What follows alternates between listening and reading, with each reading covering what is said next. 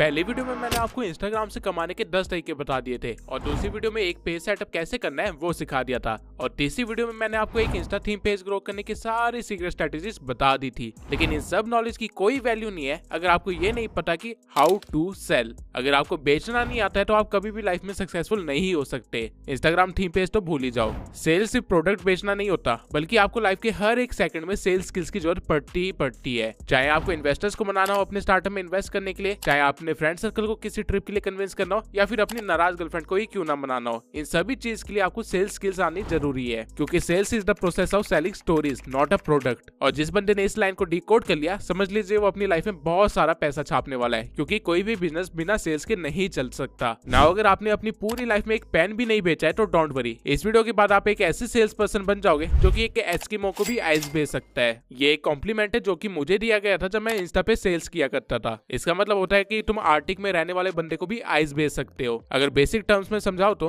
तुम किसी भी चीज को बहुत अच्छी तरीके से बेच सकते हो, चाहे वो चीज उन लोगों के लिए जरूरत की हो या ना हो या फिर ऑलरेडी उनके पास हो। अगर आप ये वीडियो को एंड तक देखते हो तो आई विल मेक श्योर कि आप तक वो पूरी नॉलेज पहुंचे जिसकी वजह से मुझे इस तरह के कॉम्प्लीमेंट्स मिला करते थे। अगर आपका एक कंसल्टेंसी बिजनेस है या फिर आप कोई कोर्स बेचते हो या फिर आपको कोई सर्विस देनी है तो ये वीडियो आपके लिए ही है। तो बिना किसी देरी के शुरू करते हैं। तो अब मैं आपको सेल्स नॉलेज और स्ट्रेटेजीज देना स्टार्ट करूं उससे पहले आपको सेल्स से रिलेटेड कुछ टर्म्स पता होने चाहिए क्योंकि आगे हम इन्हीं टर्म्स को यूज करके बात करेंगे। तो सबसे पहला टर्म है प्रोस्पेक्ट। ये वो बंदा है जिसको हम लोग सामान या सर्विस बेचने की कोशिश करने वाले हैं। फिर अगला वर्ड है प्रोस्पेक्टिंग। प्रोस्पेक्टिंग का मतलब होता है सेल्स का प्रोसेस। जिस मोमेंट पे आप अपना पहला डायलॉग बोलते हो या फिर कह लो अपने प्रोस्पेक्ट के साथ पहली बातचीत करते हो उसी मोमेंट से आप लोग प्रोस्पेक्टिंग स्टार्ट कर देते हो। ये बात आपको हमेशा याद रखनी है क्योंकि ये बहुत ही बड़ा रोल प्ले करती है आपकी सेल्स में। अगला वर्ड है सेल्स ओपनिंग। जो आपका पहला वर्ड था जो कि आपने अपने प्रोस्पेक्ट के साथ बोला वही आपकी सेल्स ओपनिंग है, यानी कि उसी मोमेंट से आपकी सेल्स स्टार्ट हो गई है। अब चाहे ये वर्ड एक नॉर्मल सा हेलो ही क्यों ना हो लेकिन सेल्स ओपन हो गई है। अब ना तो पीछे हटा जा सकता है और ना ही कुछ गलत किया जा सकता है वरना आप अपने कस्टमर को लूज कर दोगे। उसके बाद अगला वर्ड है सेल्स क्लोजिंग। जिस मोमेंट पे प्रोस्पेक्ट आपको पैसे देने के लिए तैयार हो जाए उस मोमेंट को सेल्स क्लोज बोलते हैं, यानी कि यहाँ पे प्रोस्पेक्ट का काम खत्म हो गया है और आपको पैसे मिल गए हैं। आप अगर मार्केटिंग की फील्ड में हो या फिर ऑनलाइन एंटरप्रेन्योर हो तो आपको ये वर्ड्स पता होने चाहिए, इसलिए मैंने आपको पहले ही बता दिया। अब शुरू करते हैं सेल्स के कुछ फंडामेंट्स से जो कि आपको पता होने चाहिए, तभी आप समझ पाओगे कि हमें क्या करना पड़ता है इंस्टा पे सेल्स करने के लिए। जब इंडस्ट्रियल रेवोल्यूशन नया नया ही आया था और मार्केट में नए नए प्रोडक्ट्स आना स्टार्ट हुए थे वो टाइम पे सेल्स के लिए आपको कुछ ज्यादा मेहनत नहीं करनी पड़ती थी क्योंकि वो टाइम पे ऑप्शंस कम थे और नीड ज्यादा थी तो लोग जहां से मिल रहा होता था जो मिल रहा होता था ले लेते थे। लेकिन अब ऐसा नहीं है।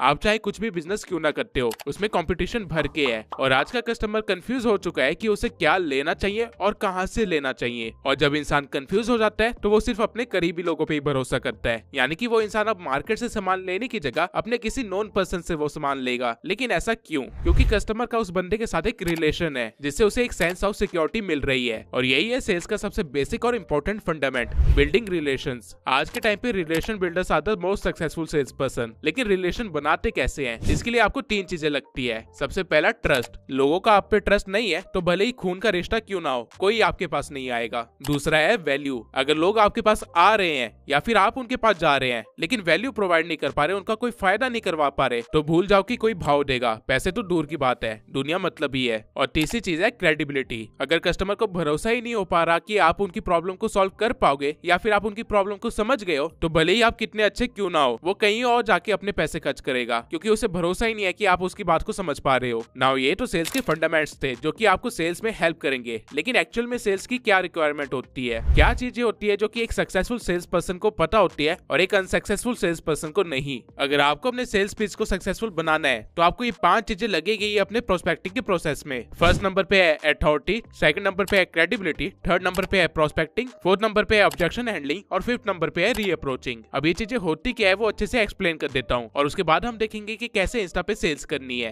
अथॉरिटी का जनरल टर्म्स में मतलब होता है कि इतनी पावर होना कि तुम किसी को ऑर्डर दे सको किसी काम के लिए। लेकिन अगर सेल्स के टर्म में देखा जाए तो अथॉरिटी का मतलब होता है इतनी नॉलेज या कॉन्फिडेंस होना जिससे कि तुम दूसरे की मदद कर सको। बेसिकली अपने प्रोस्पेक्ट से ज्यादा पावरफुल होना in terms of knowledge and confidence ताकि तुम्हारे प्रोस्पेक्ट को यकीन हो सके कि वो सही बंदे के पास आया है। दूसरा है क्रेडिबिलिटी। इसका मतलब मैं ऑलरेडी एक्सप्लेन कर चुका हूँ लेकिन रिकैप के लिए बता देता हूँ। आपके प्रोस्पेक्ट की नजरों में आप एक ट्रस्टवर्दी इंसान होने चाहिए जो कि प्रोस्पेक्ट की प्रॉब्लम को समझ पा रहा है और उसे सॉल्व करने की क्षमता भी रखता है। तीसरा है प्रोस्पेक्टिंग। पूरी सेल्स पिच के दौरान आपने कैसे बात करी है, कैसे क्वेश्चंस को हैंडल करा है, कैसे सेल्स ओपन करी और कैसे सेल्स को क्लोज किया है, ये सारी चीजें मैटर करती है। और इस प्रोसीजर में अगर कहीं पे भी छोटी सी भी गलती होगी तो आपका एक पोटेंशियल कस्टमर लूज हो सकता है। फोर्थ है ऑब्जेक्शन हैंडलिंग। ऑब्जेक्शन बेसिकली वो बहाने होते हैं जो कि प्रोस्पेक्ट आपको देता है बात टालने के लिए या फिर पैसे ना देने के लिए, जैसे कि टाइम नहीं है, सोच के बताता हूँ, एसेक्ट्रा एसेक्ट्रा। आपको इन बहानों के बावजूद अपने प्रोस्पेक्ट को बनाना आना चाहिए, तभी सेल्स हो पाएगी। और वीडियो में आगे मैं आपको बहुत ही जबरदस्त तरीका बताने वाला हूँ जिससे आप ऑब्जेक्शन को हैंडल कर सकते हो, लेकिन अभी के लिए आप सिर्फ इतना ही समझ लो कि इसका मतलब क्या है। और ऑब्जेक्शन हैंडलिंग मेरा फेवरेट पार्ट हुआ करता था पूरे प्रोस्पेक्टिंग प्रोसेस में, क्योंकि यहाँ पे मेरा प्रोस्पेक्ट खुद ही अपनी बातों में घूम जाया करता था। अब ये कैसे होता था ये तो मैं आपको आगे ही बता पाऊंगा, लेकिन अभी के लिए हम चलते हैं अपने फिफ्थ एलिमेंट पे जो कि है रीअप्रोचिंग। अगर आपका प्रोस्पेक्ट एक बार आपके हाथ से निकल गया या फिर दोबारा आपने उसे कभी भी आउटरीच नहीं किया तो 90% पैसे जो कि आप कमा सकते थे वो नहीं कमा पाओगे। जिन लोगों को आउटरीच का मतलब नहीं पता उनको बता दूं, लोगों को मैसेज करना या फिर कॉल करने को आउटरीच बोलते हैं। ना आपको सेल्स के फंडामेंटल्स पता है और साथ ही आपको ये भी पता है कि सेल क्लोज करने के लिए क्या क्या एलिमेंट्स लगते हैं, लेकिन इन चीजों को अप्लाई कैसे करते हैं वो देख लेते हैं। अब मैं आप लोगों को ये चीज सिखाऊं उससे पहले आपके पास कोई प्रोडक्ट या सर्विस होनी चाहिए सेल करने के लिए। मैं अपने टाइम पे पहले कोर्सेज सेल किया करता था और फिर मैंने मेंटरशिप सेल करना स्टार्ट कर दी थी, जिसमें मैं यही नॉलेज दिया करता था जो कि मैं आपको राइट नाउ इस प्लेलिस्ट में फ्री में दे रहा हूँ। आप चाहे तो अपनी कंसल्टेंसी दे सकते हैं या फिर कोई भी डिजिटल प्रोडक्ट सेल कर सकते हैं। मेरे टेलीग्राम चैनल में आपको काफी सारे प्रीमियम डिजिटल प्रोडक्ट्स मिल जाएंगे जो कि आगे आप रीसेल कर सकते हो। इससे एटलीस्ट आपको सेल्स का एक्सपीरियंस मिल जाएगा। तो अब बिना देरी के देखते हैं कि इन सब पे कैसे सेल्स करनी है। देखो, सेल्स भी हर कोई अपने हिसाब से करता है, कुछ टाइम लगा के आराम से करते हैं और कुछ डायरेक्टली कर देते हैं। ये चीज इस पे डिपेंड करती है कि तुम क्या सेल कर रहे हो और तुम्हारी कितनी अथॉरिटी है। तो मेरे पास दो मेथड्स है जो कि मैं सिखा सकता हूँ। एक तो है पिचिंग विदाउट पिचिंग और दूसरा है direct sales strategy. Basic concept दोनों की ही सेम है, बस कुछ चीजें अलग है। तो हम स्टार्ट करते हैं पिचिंग विदाउट पिचिंग से। ये स्ट्रेटेजी ब्लेयर एंस की है जो कि the win without pitching manifesto book के ऑथर भी है। इस स्ट्रेटेजी में कुछ ऐसी चीजें हैं जो आपको पता होनी चाहिए इसको सही तरह से अप्लाई करने के लिए। तो वहीं से स्टार्ट करते हैं। सबसे पहला, it's human nature to talk about themselves. लोगों को खुद के बारे में बातें करना पसंद है। लेट्स अज्यूम कि आप अपने किसी दोस्त के पास उससे मिलने गए और वो दोस्त बस अपने ही बारे में बातें किए जा रहा है कि उसने नया घर ले लिया, नई गाड़ी ले ली, फलाना ढिमकाना जगह पे घूमने गया था एंड सो ऑन। तो क्या आप उसके साथ टाइम स्पेंड करना पसंद करेंगे? ऑब्वियसली नहीं। आप जल्द से जल्द उससे पीछा छुड़वाना चाहेंगे। बिल्कुल सेम वे में अगर आप अपने प्रोस्पेक्ट के पास सिर्फ अपनी बातें करोगे या फिर अपने प्रोडक्ट की बातें करोगे तो वो भी बस आपसे पीछा छुड़वाना चाहेगा। तो अब यहाँ पे क्वेश्चन राइज होता है कि फिर करे क्या, और यही हमारा सेकंड पॉइंट है, try to build a relationship. ना आप लोग अगर ये सोच रहे हो कि आपको तो रिलेशन बिल्ड करना नहीं आता, तो मैं आपको बता दूं कि आप सबके सब झूठे हो। मुझे पता है कि आप सब लोगों की गर्लफ्रेंड है, बस ये याद करो कि गर्लफ्रेंड के साथ रिलेशन कैसे बिल्ड किया था। अगर नहीं याद आ रहा तो मैं बता देता हूँ, उनकी इंटरेस्ट की बातें करके। अगर उसको कोई मूवी या सीरीज पसंद आती थी तो आप भी वही मूवी या सीरीज देखने लग जाते थे ताकि आप लोगों के पास कुछ कॉमन इंटरेस्ट हो बात करने के लिए। सेम काम आपको अपने प्रोस्पेक्ट के साथ भी करना है, लेकिन हाँ, उससे मूवी की बातें नहीं करनी है बल्कि पेज से रिलेटेड बातें करनी है। अगर उसने अपना इंस्टा पेज बनाया है तो ऑब्वियसली उसका इस चीज में इंटरेस्ट होगा, तो उसी चीज को और जानो। लाइक उसके पेज की नेम की बात करो कि इसका क्या मतलब है, या फिर ये नाम क्यों रखा, या फिर उसके लोगो की बात करो कि ये लोगो क्या रिप्रेजेंट करता है, या फिर उसने पेज कब बनाया था, एक्सेट्रा एक्सेट्रा। अगर नहीं समझ आ रहा है तो चिंता मत करो, आगे जब मैं प्रोस्पेक्टिंग सिखा रहा हूँ तब मैं आपको डिटेल में इस पॉइंट को दिखाऊंगा और आपको काफी सारे एग्जाम्पल भी दूंगा कि आप अपने प्रोस्पेक्ट से क्या क्वेश्चन पूछ सकते हैं। फिलहाल के लिए चलते हैं पॉइंट नंबर 3 पे, never ever reveal that you are a sales person. ये स्ट्रेटेजी पूरी तरह इसी कॉन्सेप्ट पे बिल्ट है कि प्रोस्पेक्ट को कभी पता ही नहीं चलना चाहिए कि आप एक सेल्स पर्सन है या फिर आप उसे कुछ बेचने की कोशिश कर रहे हो। अगर आपके प्रोस्पेक्ट को ये बात पता चल गई तो वो आप दोनों के बीच में एक सिक्योरिटी वॉल बना लेगा। फिर आप चाहे उसे जो मर्जी बोलते रहो, लेकिन वो कुछ नहीं खरीदने वाला, क्योंकि उसने अपना माइंड पहले ही बिल्ड कर लिया है कि वो पैसे खर्च नहीं करेगा। तो अब आप सोच रहे होंगे कि हम अगर बेचेंगे ही नहीं तो वो खरीदेगा कैसे? यहीं पे आता है अगला point, knowing their liking skills. आप जब रिलेशन बिल्ड कर रहे होंगे अपने प्रोस्पेक्ट के साथ, तब आपको पता करना है कि आपका प्रोस्पेक्ट किस चीज में लैग कर रहा है या फिर उसको क्या क्या प्रॉब्लम्स आ रही है। इंस्टा पे दो ही चीजें हैं जिसमें आपका प्रोस्पेक्ट लैग कर सकता है, पहला है ग्रोथ और दूसरा है सेल्स यानी कि मेकिंग मनी। आपको बस पता करना है कि इन दोनों में से उसे क्या प्रॉब्लम आ रही है, और एक बार अगर आपको ये पता चल गया फिर आपको अगला काम करना है जो कि है बिल्डिंग अथॉरिटी। आपको अब अपने प्रोस्पेक्ट को ये दिखाना है कि जिस चीज में उसे स्ट्रगल हो रही है वो आपके लिए कितना आसान है, या फिर वो चीज आप ऑलरेडी कर चुके हैं। ये आप अपनी ग्रोथ या अर्निंग दिखा के कर सकते हैं, लेकिन अगर आपने जस्ट स्टार्ट ही किया क्या है, तो आप अपने मेंटोर की ग्रोथ या अर्निंग दिखा के ये काम कर सकते हैं और उनको बता सकते हैं कि आप भी सेम स्ट्रेटेजीज को फॉलो कर रहे हैं और बहुत जल्दी आप भी बहुत ज्यादा पैसा कमाने वाले, बहुत ज्यादा ग्रो करने वाले हैं। आपको किसी भी चीज का शो ऑफ नहीं करना है, बस अपने प्रोस्पेक्ट को ये रियलाइज करवाना है कि आप उनसे एक बेटर पोजीशन में है। अगर आप ये चीज सही से कर लोगे तो सारी गेम यहाँ पे पलट जाएगी और फिर आपको कुछ भी बेचने की जरूरत नहीं पड़ेगी, बल्कि वो सामने से आपकी हेल्प लेगा। राइट नाउ मैंने आपको जो 5 पॉइंट्स बताए हैं वो इस स्ट्रेटेजी के बेसिक्स है। अब हम देखते हैं कि इस स्ट्रेटेजी को कैसे अप्लाई करना है और कैसे किसी प्रोस्पेक्ट से बात करनी है। मैं एक चैट के थ्रू आपको ये सारी चीजें समझाऊंगा और साथ में बीच बीच में आपको टिप्स और नॉलेज देता रहूंगा ताकि आप लोग इजिली समझ पाए कि मैं क्या कह रहा हूँ। तो कभी भी अपने प्रोस्पेक्ट को पहला मैसेज करने से पहले ये बात हमेशा याद रखना, sales open is equal to sales close. ये एक फॉर्मूला है या फिर कह लो एक प्रिंसिपल है जो कि लोगों ने एक्सपीरियंस से पता की है। आपने अपनी सेल्स कैसे स्टार्ट की है, यानी कि कैसे पहला मैसेज किया है, उसी चीज से पता चल जाता है कि सेल्स क्लोज होगी या नहीं। क्योंकि अगर पहला मैसेज ही कुछ ऐसा हुआ जो कि आपका प्रोस्पेक्ट इग्नोर कर देता है या फिर रिप्लाई नहीं देता है तो काम शुरू होने से पहले ही खत्म हो जाएगा। तो हमारा पहला मैसेज क्या होना चाहिए? हमारा पहला मैसेज कुछ ऐसा होना चाहिए जो कि प्रोस्पेक्ट को अच्छा फील करवाए और उसे रिप्लाई करने पे मजबूर करे। फॉर एग्जाम्पल,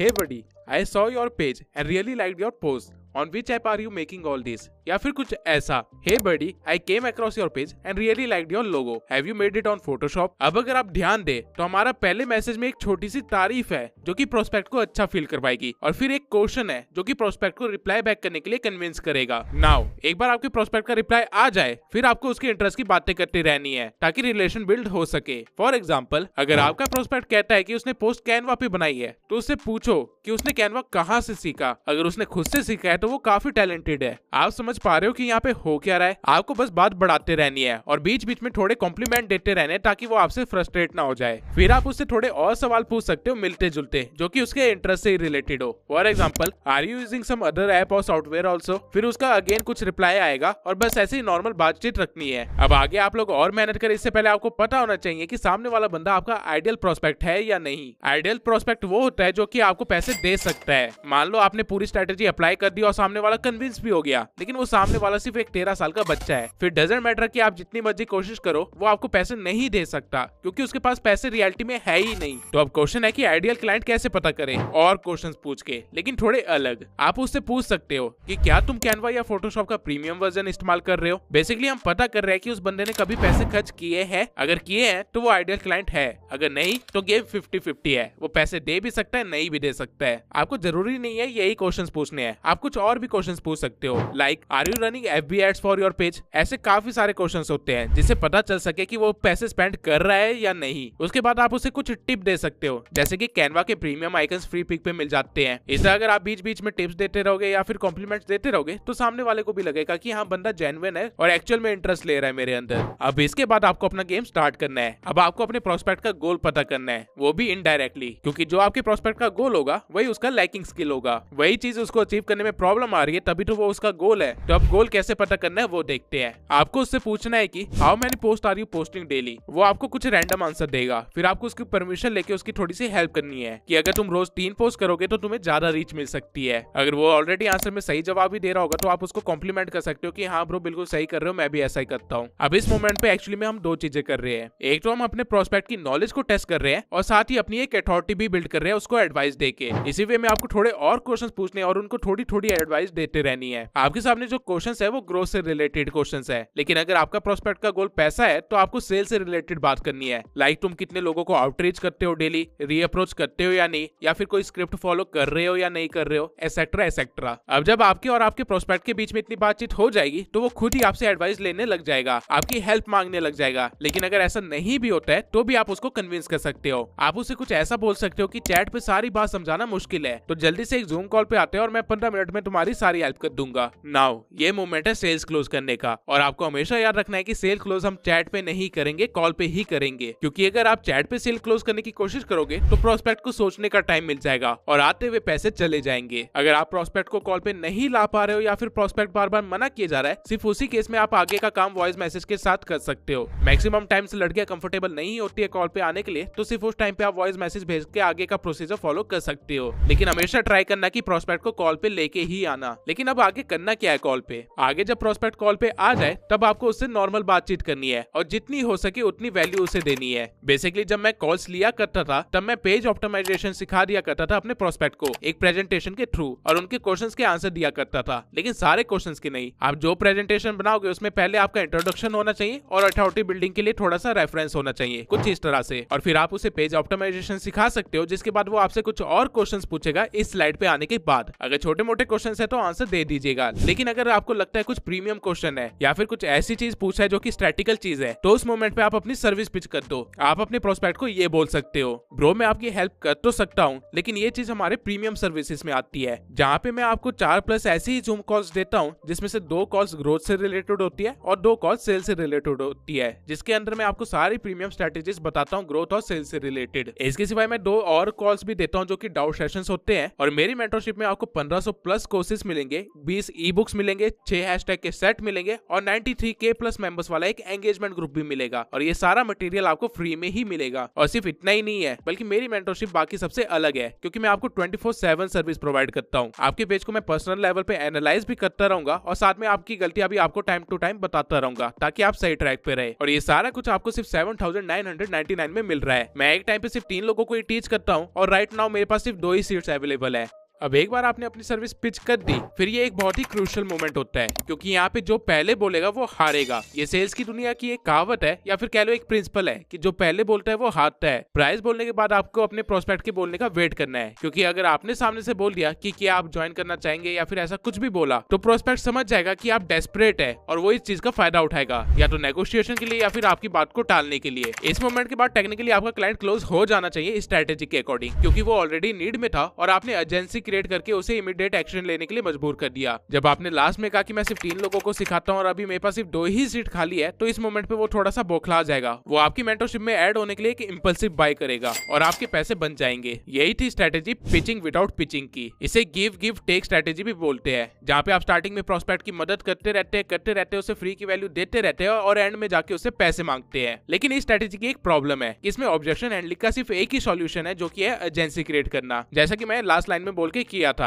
अब टेक्निकली तो इस स्ट्रेटेजी के अकॉर्डिंग बंदा ऑलरेडी नीड में होना चाहिए और वो एजेंसी में दब जाता है और पैसे दे देता है। लेकिन कई बार आपके साथ ऐसा होगा कि आपका प्रोस्पेक्ट इतनी भी ज्यादा नीड में नहीं होगा और एजेंसी उस पर काम नहीं करेगी और वो आपको तरह तरह के बहाने देगा आपकी मेंटरशिप ना लेने के लिए, क्योंकि कॉल पे है इमीडिएटली कट करके तो वो जा नहीं सकता, तो वो कुछ ना कुछ बहाने मारेगा। और जब वो बहाने मारेगा तब हमें क्या करना चाहिए, उसका आंसर इस स्ट्रेटेजी के अंदर नहीं है। इसलिए मैंने एक दूसरी सेल्स स्ट्रेटेजी भी सीखी थी, जो कि है डायरेक्ट सेल्स पिचिंग। अब इस स्ट्रेटेजी का कहना है कि हम सेल्स 4 रीजन की वजह से क्लोज नहीं कर पाते हैं। पहला, हम बहुत ज्यादा सेल्सी साउंड करते हैं। दूसरा, हम प्रोस्पेक्ट के चैलेंजेस पे फोकस ही नहीं करते। तीसरा, हम अपनी सर्विस को या तो बहुत ही जल्दी बता देते हैं, यानी बहुत ही जल्दी पिच कर देते हैं। चौथा, हम सही वैल्यू बिल्डिंग क्वेश्चंस नहीं पूछते हैं। इस सेल्स स्ट्रेटेजी में आप काफी डायरेक्ट टू द पॉइंट बात करोगे। कैसे, मैं अभी दिखाता हूँ। इस स्ट्रेटेजी के अकॉर्डिंग आपका ओपनिंग मैसेज कुछ ऐसा होगा: hey buddy, I am Parveen, I just came across your page and really liked your post, specially that Elon Musk one. Have you created it on Canva? अब इस मैसेज में भी एक क्वेश्चन है, लेकिन इसमें जो कॉम्प्लीमेंट है वो थोड़ा सा ज्यादा डिटेल्ड है। लाइक ऐसा लग रहा है कि हाँ, तुमने उस बंदे का पेज देखा है और उसके बाद ये चीज लिखी है। अब ऐसा भी ना हो कि उस बंदे के पेज पे इलॉन मस्क की कोई पोस्ट ही ना हो, उसके बाद भी आप यही मैसेज कॉपी पेस्ट किए जा रहे हो। थोड़ा कॉमन सेंस का इस्तेमाल करो और उसके पेज को एक बार देख भी लेना। अगर वहाँ इलॉन मस्क नहीं है तो जेफ बेजोस होगा, जेफ बेजोस नहीं है तो मार्क जकरबर्ग होगा, कोई तो कोई होगा ही होगा, तो उसके बारे में बात करो। अब ऑब्वियसली इसके बाद प्रोस्पेक्ट कुछ रिप्लाई देगा, थैंक यू टाइप कुछ, और फिर आपको ये पता करना है कि वो आइडियल क्लाइंट है या नहीं। इसके लिए आप उससे कुछ इस तरह से मैसेज करोगे: hey, I am Parveen, 20 year old from India, what about you? जिसके बाद मोस्ट प्रोबेबली वो अपना नाम और कंट्री तो बता ही देगा, और किस्मत अच्छी रही तो एज भी। लेकिन आपको 2 चीजें भी मिल गई तो वो भी इनफ है, क्योंकि अगर बंदा फॉरेन कंट्री का है तो डजंट मैटर कि उसकी एज क्या होगी, $100-200 तो वो इजिली खर्च कर लेगा। नाउ इसके बाद स्टार्ट होगी असली गेम, द रिवर्स साइकोलॉजी। अगर आपको प्रोस्पेक्ट का पेज देख के समझ आ रहा है कि बंदा ग्रो नहीं कर पा रहा है या फिर ये पैसे नहीं कमा पा रहा है, तो आपको उससे एक क्वेश्चन पूछना है: hey Mark, your page looks amazing, you must be growing at very fast rate. Hey Mark, your page is filled with tons of value. You must be really packed with clients. अब यहाँ पे आप देख सकते हैं कि हमने किया क्या। हमें पता है कि प्रोस्पेक्ट के पास ग्रोथ नहीं है या फिर पैसा नहीं है, स्टिल हम उसे कह रहे हैं कि भाई तेरे तो मजे ही मजे है। अब इस मोमेंट पे प्रोस्पेक्ट कंफ्यूज हो जाएगा और वो अपनी रियलिटी बक देगा। 90% केसेस में वो कहेगा कि नहीं यार, ऐसा नहीं है, ग्रोथ तो हो ही नहीं रही है, या फिर सिर्फ 2 ही सेल हुई है, ऐसा कुछ नहीं है, मैं पैसे कमा ही नहीं पा रहा। एक बार वो ये चीज बोल दे, उसके बाद आपको उससे 3 क्रूशियल क्वेश्चंस पूछने हैं। पहला, what's your main goal with your page? Page. अब पिछली स्ट्रेटेजी में तो हमने काफी बातें घुमा फिरा के पता करा था कि उनका गोल क्या है, लेकिन इस स्ट्रेटेजी में हम सीधा सीधा ही पूछ लेते हैं। उसका गोल पता चल जाए फिर आपको अगला क्वेश्चन पूछना है, what challenges are you facing to achieve this goals. इस क्वेश्चन के रिप्लाई में प्रोस्पेक्ट आपको अपना मेन वीक पॉइंट बता देगा कि उसको ये नहीं आता या फिर किस चीज की नॉलेज नहीं है उसके पास। और फिर तीसरा क्वेश्चन है, what are you doing to overcome this challenges. इस क्वेश्चन के रिप्लाई से आपको ये पता चल जाएगा कि प्रोस्पेक्ट के पास कितनी नॉलेज है और आप उसको कितनी वैल्यू प्रोवाइड कर सकते हो।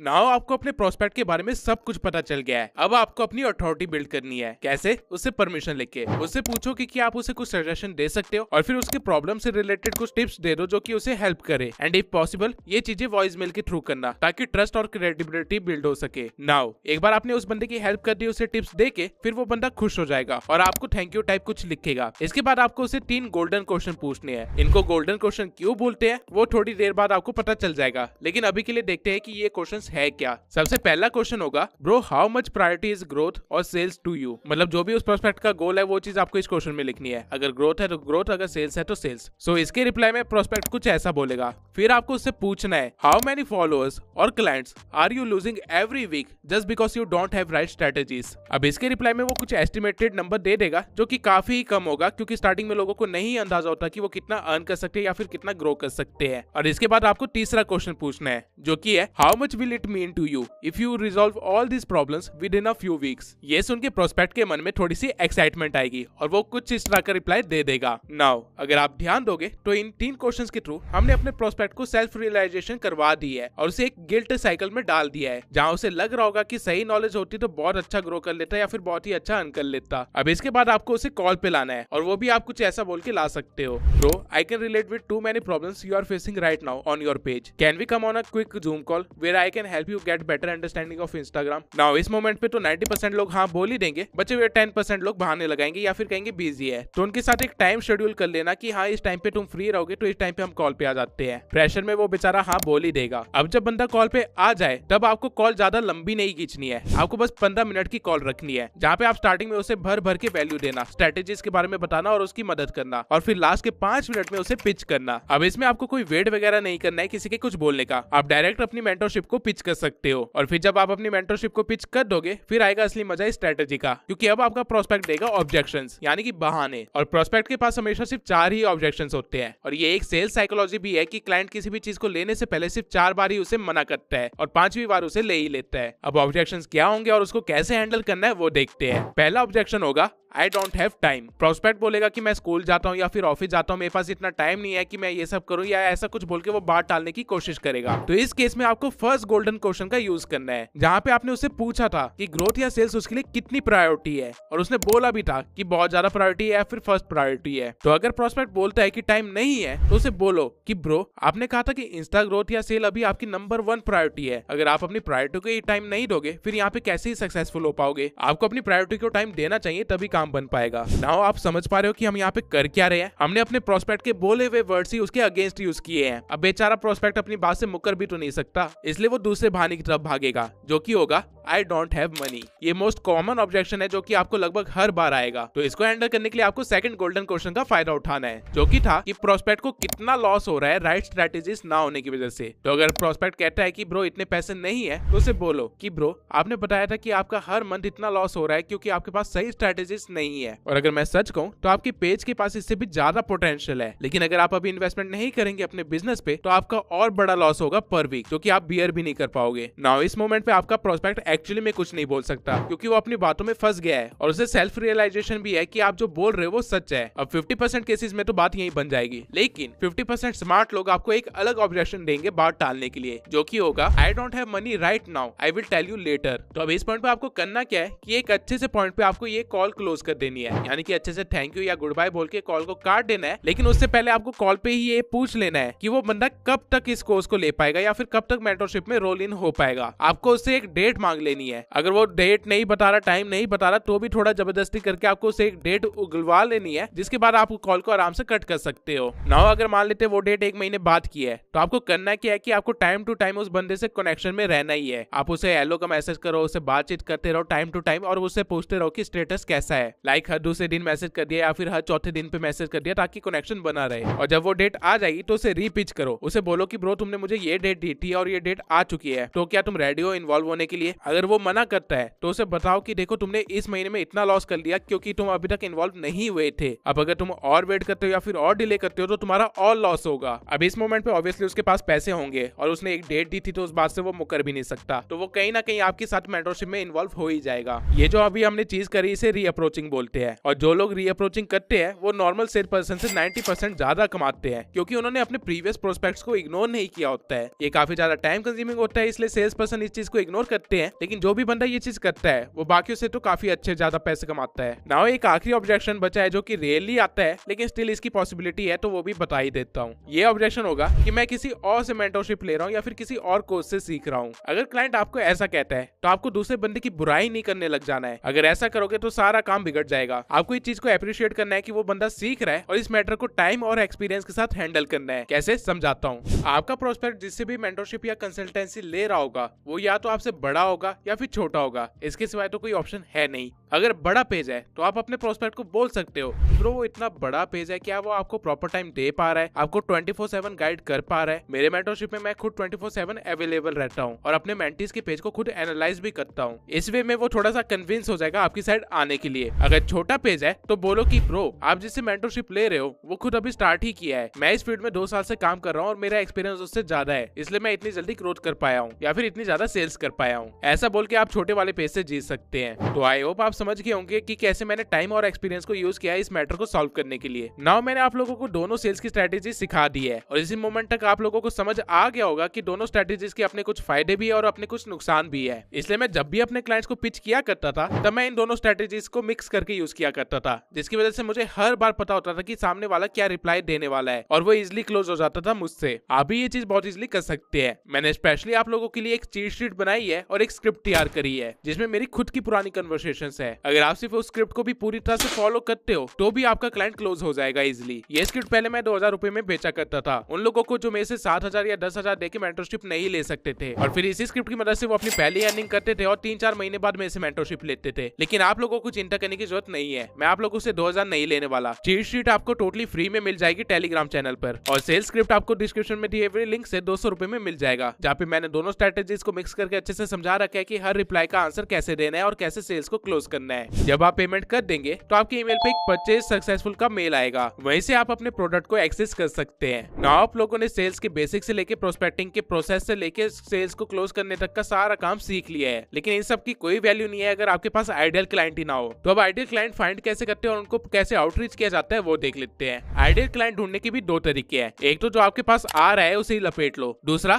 खुद हंट पे निकलो। मैं दोनों तरीके आपको अच्छे से समझा देता हूँ। सबसे पहली चीज जो आपको ध्यान में रखनी है वो ये है कि आपको मेंटरशिप या कंसल्टेंसी किसी थीम पेज वाले को या किसी इंस्टा क्रिएटर को ही सेल करनी है, क्योंकि अगर नॉर्मल जनता को सेल करने जाओगे तो कोई फायदा नहीं है, वो लेंगे ही नहीं क्योंकि उनको इस चीज की डिमांड ही नहीं है, उनको पता ही नहीं है कि ये है क्या। अब ये थीम पेजेस और क्रिएटर्स मिलेंगे कहाँ जो आपसे बाय करेंगे। एक ऑप्शन है कि आप अपनी नीश से रिलेटेड हैशटैग सर्च कीजिए। फॉर एग्जांपल मान लेते हैं हम हैशटैग बिजनेस सर्च करते हैं, लेकिन आप देख सकते हैं कि ये कितना बड़ा हैशटैग है, तो हमें कभी भी बड़े हैशटैग पे नहीं जाना है, हमें छोटे हैशटैग पे जाना है। इसलिए मैं बिजनेस के आगे कुछ और कीवर्ड लगा देता हूँ, फॉर एग्जाम्पल मोटिवेशन। नो आप देख सकते हैं मेरे सामने काफी ऑप्शंस आ गए हैं, लेकिन मैं सबसे छोटे वाले हैशटैग पे जाऊंगा और फिर यहाँ पे थोड़ा सा स्क्रॉल करूंगा और ऐसे पोस्ट ढूंढूंगा जिन पे एंगेजमेंट कम है। फॉर एग्जांपल ये पोस्ट, अब मैं पोस्ट देख के ही बता सकता हूँ कि ये बंदा मेरे लिए आइडियल प्रोस्पेक्ट है, और कंफर्म करने के लिए मैं इसके पेज को भी देख लेता हूँ। अब आप ये देखिए, ये पेज एक कलर थीम भी फॉलो कर रहा है और वैल्यू भी दे रहा है, लेकिन इसकी एंगेजमेंट कम है। साथ ही अगर हम ऊपर आए तो इसका पेज ऑप्टिमाइज भी नहीं है। जिन्होंने मेरी ये वाली वीडियो देखी होगी उनको पता होगा कि ऑप्टिमाइजेशन से मेरा क्या मतलब है। अगर आप लोगों ने ये वीडियो नहीं देखी है तो भी मैं आपको रेफरेंस से समझा देता हूँ कि अभी मैं क्या कहना चाह रहा हूँ। आप देख सकते हैं कि इसका लोगो ब्लैक एंड व्हाइट है, लेकिन पोस्ट की कलर थीम कुछ और है, बायो में कुछ नहीं है और हाईलाइट्स भी नहीं लगा रखी है। इसके सिवाय ये 400+ लोगों को फॉलो कर रहा है, जिसका मतलब ये है कि इसको जो फॉलोअर्स मिले हैं वो फॉलो अनफॉलो टेक्निक की वजह से मिले होंगे, जिससे मैं ये कंक्लूजन निकाल सकता हूँ कि इसे कोई और स्ट्रेटेजी नहीं आती है ग्रोथ की। रील्स में भी व्यूज काफी कम है और ना ही इसने कोई रील कवर बना रखा है। तो ऐसे ही पेजेस को आपको मैसेज करना है, क्योंकि ये आइडियल प्रोस्पेक्ट है जो कि कोशिश तो कर रहा है लेकिन इससे हो नहीं रहा है। सेम वे में आप बैक आओगे तो आपको बहुत सारे ऐसे पेजेस मिल जाएंगे। फॉर एग्जाम्पल के लिए ये देख लीजिए, इसने तो कोई लोगो भी नहीं लगा रखा है अच्छा सा, और नाम में भी गलती है, हाईलाइट्स भी नहीं है और बायो भी प्रॉपर्ली बिल्ट नहीं है। इवन ये 2000 से ज्यादा लोगों को फॉलो कर रहा है, तो ये भी मेरा आइडियल प्रोस्पेक्ट है। आपको हर रोज ऐसे 30 अकाउंट्स को मैसेज करना है, तभी उनमें से कुछ 15 अकाउंट्स के रिप्लाई आएंगे, जिनमें से 10 लोग आपके साथ जूम कॉल तक आएंगे और उसके बाद उनमें से 3 लोग क्लोज हो जाएंगे। अगर आपने सबसे 7,000 से लेकर 10,000 तक चार्ज किया तो नियरली 21,000 रुपए आपके बन गए। अब मैं तो पर्सनली मंथ में सिर्फ 3 ही स्टूडेंट्स को रखा करता था, क्योंकि फिर उनको कॉल्स भी देनी होती थी, उनका काम भी एनालाइज करना होता था, तो टाइम लगता था और मैं एक स्कूल स्टूडेंट था। लेकिन अगर आप ज्यादा लोग मैनेज कर सकते हो तो और भी अच्छा। अब ये तो था तरीका प्रोस्पेक्ट ढूंढने का। इसे 3 स्टेप डीएम प्रोसेस भी बोलते हैं, क्योंकि पहले आप हैशटैग पे ढूंढते हो, फिर पोस्ट ढूंढते हो और फिर मैसेज करते हो। अगला तरीका प्रोस्पेक्ट ढूंढने का बहुत ही ज्यादा सिंपल है। आपकी स्टोरी पे या फिर आपके पोस्ट पे जो लोग कमेंट या रिप्लाई कर रहे हैं, उन लोगों में देखिए कि किनका पेज अनऑप्टिमाइज्ड है और फिर उन लोगों को मैसेज कीजिए। ये तरीका मैंने तब यूज करना स्टार्ट किया था जब मेरे 10,000 फॉलोअर्स क्रॉस हो गए थे, क्योंकि उससे पहले इतने ज्यादा लोग मिलते भी नहीं थे स्टोरी के रिप्लाई से या फिर कमेंट बॉक्स के अंदर। अब मैं आपको एक बहुत ही राज की बात बताता हूँ। नॉर्मली इंडियन क्लाइंट तो आपको कम पैसे देते हैं, लाइक 7,000 10,000 मैक्स, लेकिन फॉरेनर्स क्लाइंट्स आपको $500 तक दे सकते हैं। इसलिए मैं हमेशा ज्यादा फॉरेनर क्लाइंट्स को ही पिच किया करता था। और फॉरेनर्स के अकाउंट को ढूंढने का एक अनोखा तरीका होता है। अगर आप रात के 12 बजे के बाद 3 स्टेप डीएम प्रोसेस को फॉलो करते हैं तो आपको जो भी पोस्ट सजेस्ट हो रही होंगी वो फॉरेन कंट्री से ही सजेस्ट हो रही होंगी, क्योंकि उस टाइम पे सारे इंडियन एडमिन्स तो सो गए होंगे और जो लोग हैशटैग का इस्तेमाल करके पोस्ट कर रहे हैं वो फॉरेन कंट्री वाले ही होंगे जहाँ पे दिन हो रहा होगा। इसलिए अगर आप 12 बजे के बाद इस स्ट्रेटेजी को फॉलो करते हैं या फिर सुबह 4 बजे के करीब इस स्ट्रेटेजी को फॉलो करते हैं तो बहुत ज्यादा चांसेस है कि आपको फॉरेनर क्लाइंट्स मिल जाएंगे, जो कि नॉर्मली आपकी मेंटरशिप के आपको $400 से लेके $500 तक दे सकते हैं। नाउ फाइनली मैंने आप लोगों को एक इंस्टा थीम पेज बिल्ड करने से लेके उस पे सेल्स करने तक का सारा प्रोसेस सिखा दिया है। इवन अगर आप थोड़ा ज्यादा कंफ्यूज हो गए या फिर ज्यादा नॉलेज हो गई है तो मैं अपनी सारी कॉल्स की पीडीएफ टेलीग्राम पे शेयर कर देता हूँ, जहाँ पे सारे पॉइंट सिस्टमैटिक वे में लिखे हुए हैं, जो कि मैंने आपको वीडियोस के थ्रू एक्सप्लेन किया है। मेक श्योर कि जूम कॉल पे जाने से पहले आप लोगों के पास खुद की एक प्रेजेंटेशन बनी हुई हो, जो कि क्लाइंट को वैल्यू देने में हेल्प करेगा। इवन वो प्रेजेंटेशन कैसे बनानी है वो चीज में भी मैं टेलीग्राम पे शेयर कर देता हूँ। अब आपको बस अपना पेज ग्रो करना है और सेल्स करनी है। मैंने अपनी पहली सेल 500 फॉलोअर्स पे ही कर ली थी, जो कि 3,000 रुपए की थी, और अगर मैं कर सकता हूँ तो आप लोग भी ये काम इजिली कर सकते हैं। याद रखना कि सेल्स में रिजेक्शन बहुत मिलती है, लेकिन आपको महीने में सिर्फ 3 ही लोग चाहिए जो कि आपसे एग्री करे और आपके पैसे बन जाएंगे। इसके सिवाय स्क्रिप्ट आपको डिस्क्रिप्शन में दिए हुए लिंक में मिल जाएगा। और अगर आप अभी भी किसी चीज को लेके कंफ्यूज है या फिर आप चाहते हैं कि मैं इस सीरीज को कंटिन्यू रखूं तो कमेंट सेक्शन में इंस्टाग्राम लिख दीजिए। 2000 कमेंट्स होने पे मैं इस सीरीज को कंटिन्यू रखूंगा और अगली वीडियो एक Q&A सेशन बनाऊंगा सिर्फ इंस्टाग्राम से रिलेटेड ही। तब तक के लिए अगर आप लोगों ने मेरी ये वीडियो नहीं देखी है तो इसे जरूर देखना, क्योंकि इसमें मैं लिटरली 0 से यूट्यूब मास्टर बनने की हर एक टिप दी है, वो भी स्टेप टू स्टेप।